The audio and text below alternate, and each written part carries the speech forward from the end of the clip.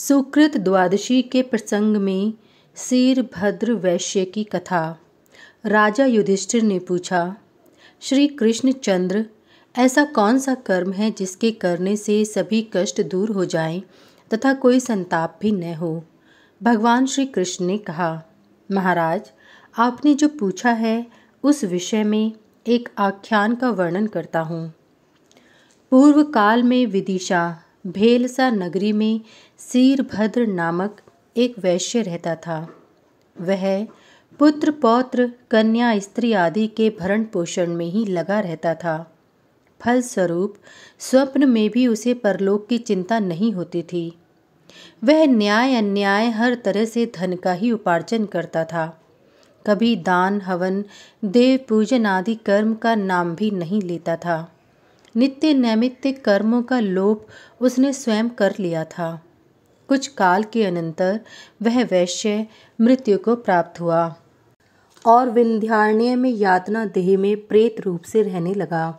एक दिन ग्रीष्म ऋतु में विपीत नाम के वेद वेत्ता ब्राह्मण ने उस प्रेत को देखा कि वह सूर्य किरणों से संतप्त नदी के बालू में लौट रहा है। उसके सब अंगों में छाले पड़ गए हैं। प्यास से कंठ सूख रहा है और जिह्वा लटक गई है। वह लंबी लंबी सांसें ले रहा है।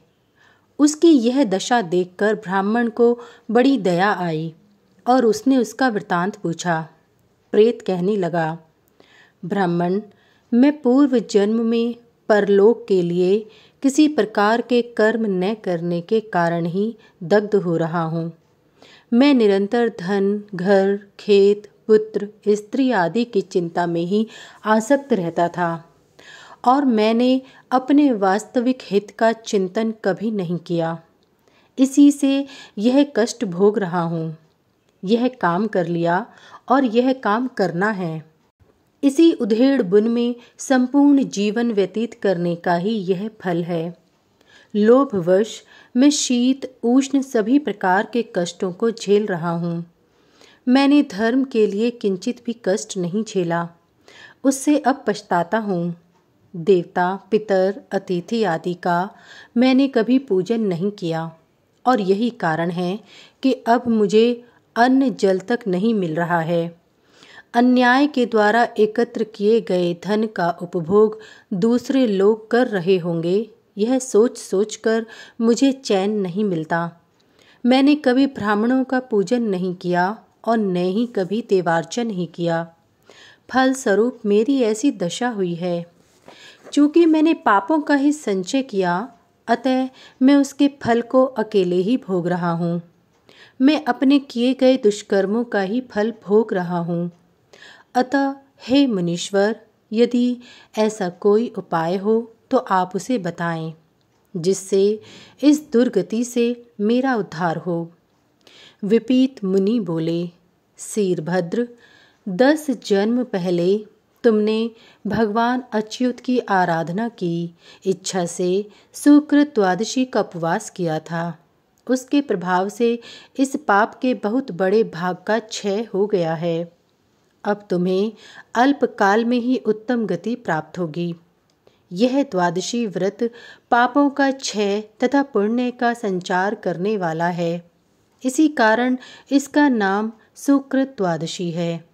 इस तरह शीरभद्र को आश्वस्त कर विपीत मुनि अपने आश्रम को चले गए और शीरभद्र भी द्वादशी व्रत के फलस्वरूप थोड़े काल के अनंतर मोक्ष को प्राप्त हो गया।